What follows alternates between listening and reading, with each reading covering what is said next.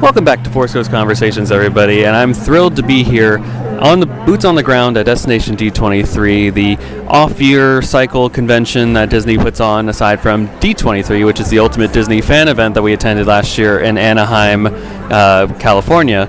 And this one takes place every other year at Walt Disney World, and this year it's at the Coronado Springs Resort. It's my first time at the Coronado Springs, actually, and so far this is fantastic. This is a really great and expansive convention area here, so if you ever get the chance, I would say absolutely take advantage of that opportunity. This is a 2-day convention. We're here at the beginning of day 1.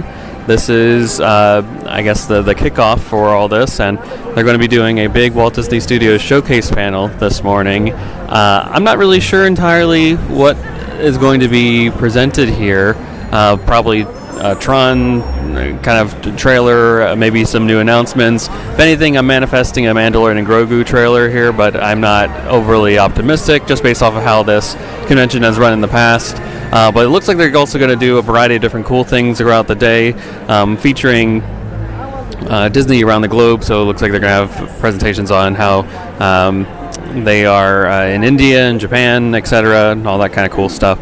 And it looks like there's going to be a Broadway kind of concert a little bit here, and capping off the evening, they're going to have a whole event at Disney's Typhoon Lagoon, which is one of their water parks here, and I'm thrilled because I've never actually been there, so it'll be a first for me. They've definitely really stepped up their production value here, as far as I can tell, this one over the start of the convention, and excited to see where this goes, and I'm really going to be thrilled to report back on everybody on how the convention runs and how it operates and all that fun stuff. So high expectations based off of D23 last year, and hopefully going to be superseded this year. So stay tuned, more updates to come.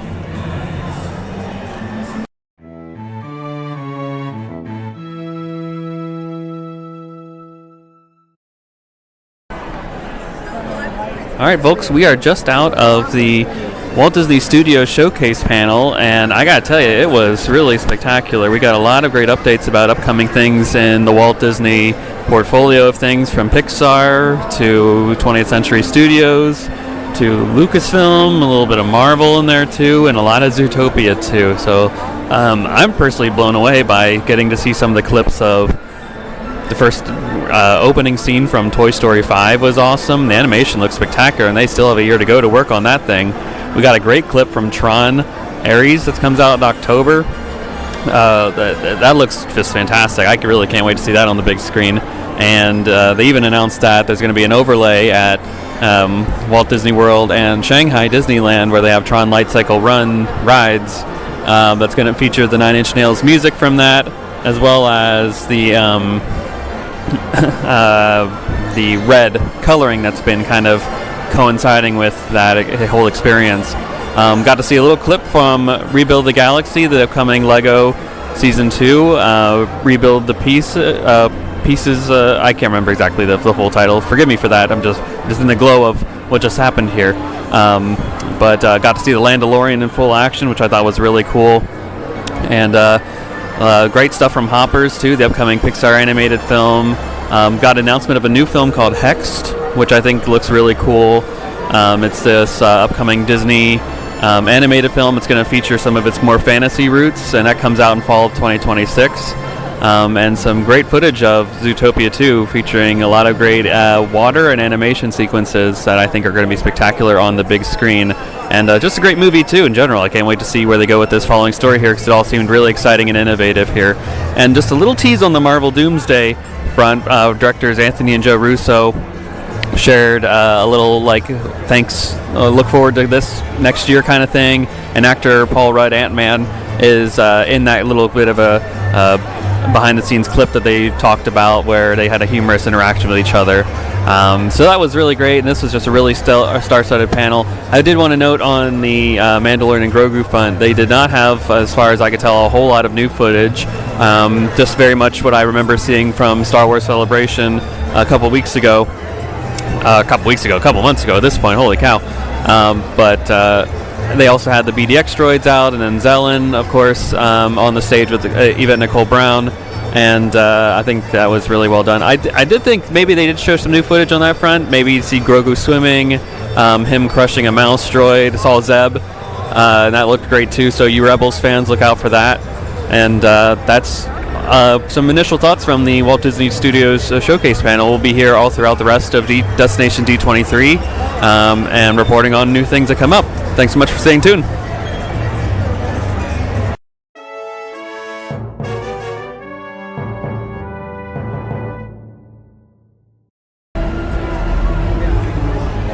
Hey everyone, we're back from lunch after an incredible first half of the first day here at Destination D23, and wow, what really came out swinging again, like I said, with that Walt Disney Studios Showcase panel, and then we got some great announcements. So you may have heard about the regular, or I guess more formal and expansive D23 that takes place in California, in Anaheim, every other year, opposed to this convention.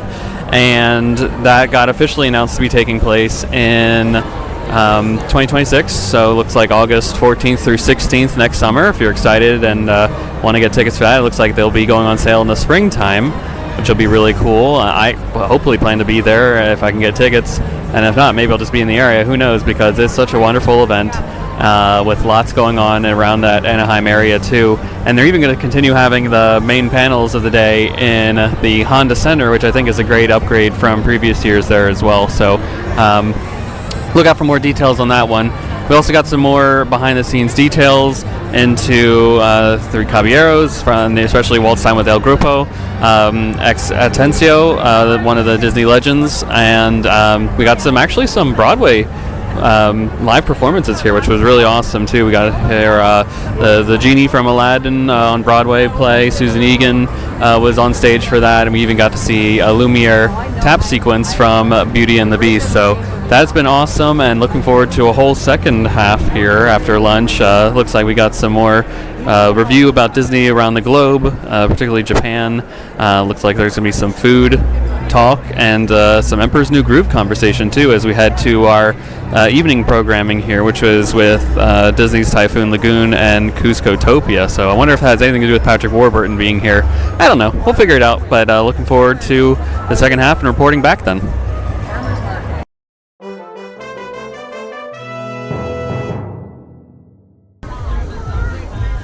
Alright folks, welcome back to Force Ghost Conversations. Let's just say we're at the conclusion of the first day of Destination D23, and it's been an exciting time, I will say. Gosh, that second half was really actually, packed a pretty big punch, I will say, in terms of excitement, right? They had a full, not necessarily parks panel, but a look at Disneyland, and announced that there will be a documentary upcoming about the creation of Disneyland, which I think will be awesome. I really can't wait for that. I'll come out in the winter, they said. They showed the trailer and the footage looks fantastic, I will say.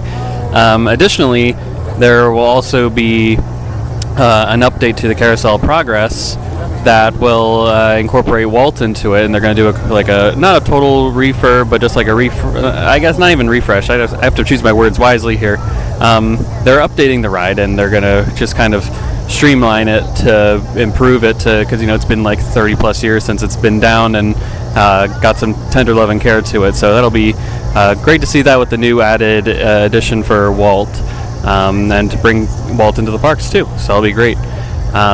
And of course there was a great foods panel. Golly, they talked about a lot of great things coming to the parks across the world, and they showcased this incredible Doctor Strange inspired drink. I don't know if it's for all the drinks or whatnot, but it's going to levitate, and they showed it levitating, and boy golly, what's that, something to behold.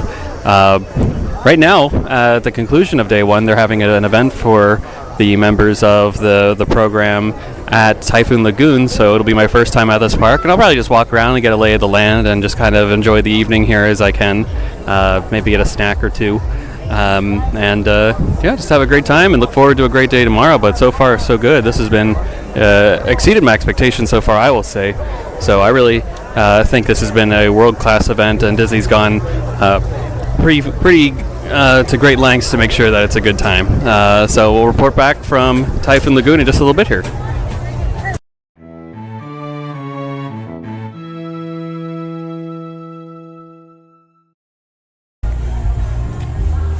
So I've done a full walkthrough of Typhoon Lagoon, and I gotta say I'm pretty impressed actually with what I'm seeing here.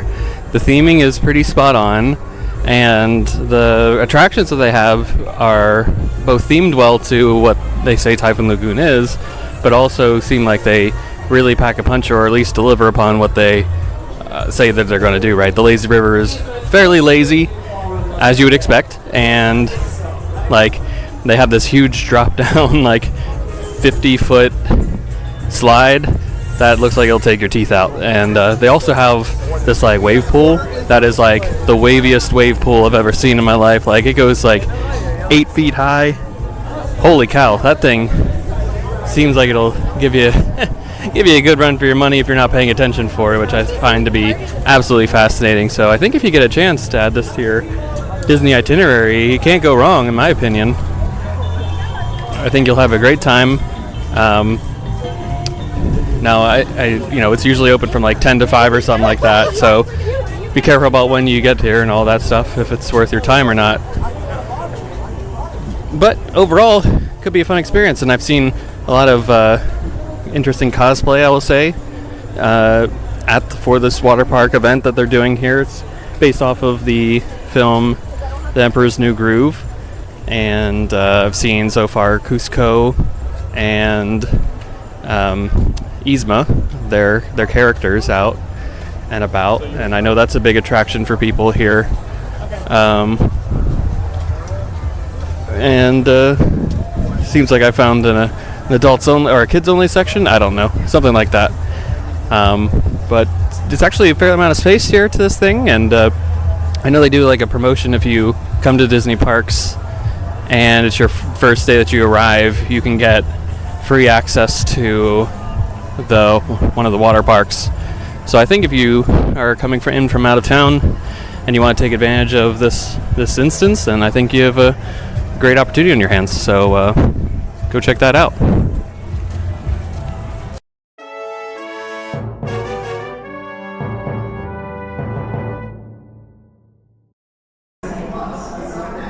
All right, ladies and gentlemen, welcome back to Forest Coast Conversations. We are here at Destination D23, and we actually ran into a friend of the show. We have Dani from the Not the Droids Podcast. Dani, welcome to actually your first time on Forest Coast Conversations here, informally, I suppose. But how are you doing, and how's your Destination D23 been so far? It's been really good. This is my first time doing Destination, so I've done big D23. So I wasn't quite sure what to expect when I was coming here, but I love panels, so this is like my type of vibe. Awesome. And what has your favorite panel been thus far? I would love to say it was something about Star Wars, but I love a Goofy movie, and it is the weekend of like 30th anniversary Goofy movie things. And in all fairness, there really hasn't been a ton of like Star Wars focused things. It's been sprinkled here and there throughout. But I will admit that Goofy movie panel that we just got out of was excellent. It's always great to get Bill Farmer and the crew back on there, and they really shared some personal details about that. And I believe you did the screening too earlier this week of it. So like, this is like the weekend of a Goofy movie. How does it feel to celebrate the movie 30 years on? I love it. So I actually did the screening 2 times. I did it in St. Louis because I didn't know if I could get Orlando tickets. Amazing. I love it. It's one of my favorite movies, so I will always go back to it. And we got the chance, since it was one of the last screenings they've done for the whole tour, that the cast members were there too and did a round table. Wow, that's fantastic. Now, I do have to ask, since we do Star Wars podcasts, yes. We saw the Mandalorian and Grogu footage. Now, it's the same footage that was shown at Star Wars Celebration, but you were there, correct? And you were in the same panel that they showed it again as well, so you got a refresher, I guess, on it. But what were your takeaways from that? What are you excited to see? I'm so excited for all of it. I did have a little moment because, like, I'm Not the Droids Podcast, and then you see, like, Grogu, like, dismantle a little droid. I was like, yes. Oh, the poor little droid. And we get to see BDX droids, which I'm actually really excited. So yes. We saw them on stage, but we know they're making an appearance in that movie. They are my favorite droids. I feel like I've just been following them throughout the globe the last year. Mm-hmm. So I'm really excited to see them again. Yeah, they were, I guess, maybe like a convention stealer yesterday when they came out on stage. Everyone loved them, and it was, I did think that was a good point you just made there about the destroying of a droid that Grogu gleefully does, right? He doesn't even think twice about it. He's got a smile on his face. That's right. We see him swimming in that little teaser all the way to smashing a mouse droid. Well, thank you so much, Dani, for coming on to the podcast, and we'll get you on a regular episode here. I've got some ideas cooking in my head for a way to get you on, because I will say your podcast has primarily been the only one of the many podcasts that I follow that talk about Star Wars that have taken a deep dive into the Young Jedi adventures. So first off, kudos to you on that, but also kudos to you for understanding the greater themes and story behind it, rather than just saying, oh, it's a young kids TV show primarily. So maybe something with that, who knows, but we'll see. Got some ideas for sure. Well, we have a concert to get into now, so that's an exciting way to close out Destination D23, and folks, we'll be back with a recap in just a little bit here, so stay tuned.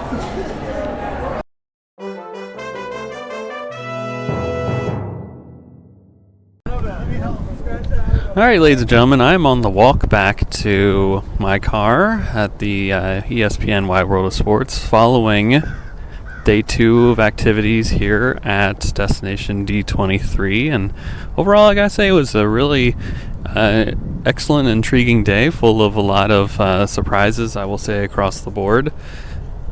Starting with the villains panel this morning, I think I speculated there might be some information or news about the upcoming Villains Land to Magic Kingdom, and sure enough, we did get a little bit of a tease on that front,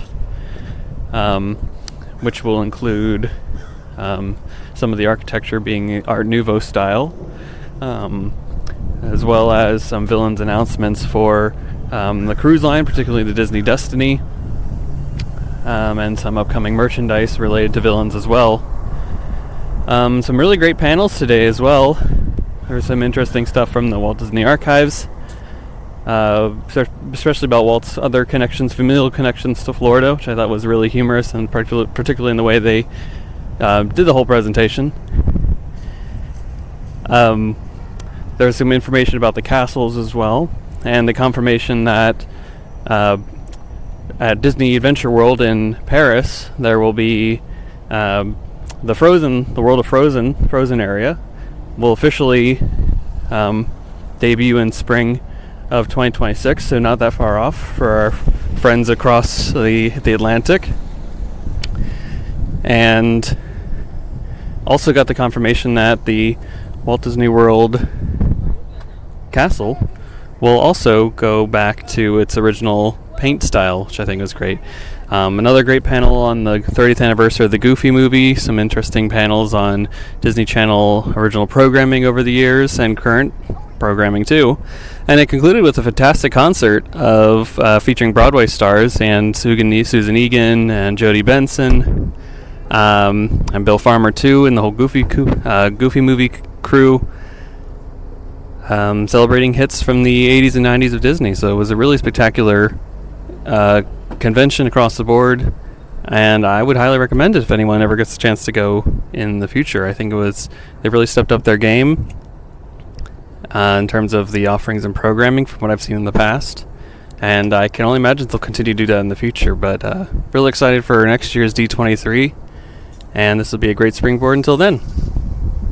Ultimately, thanks everyone for joining on this podcasting adventure here, and I hope that you followed us on the socials, where you can also see posts and other content regarding Destination D23, and of course that's where you can keep up to date with all of our podcasts and other things that we got going on there as well. So thanks again everyone, and may the force be with you. Take care.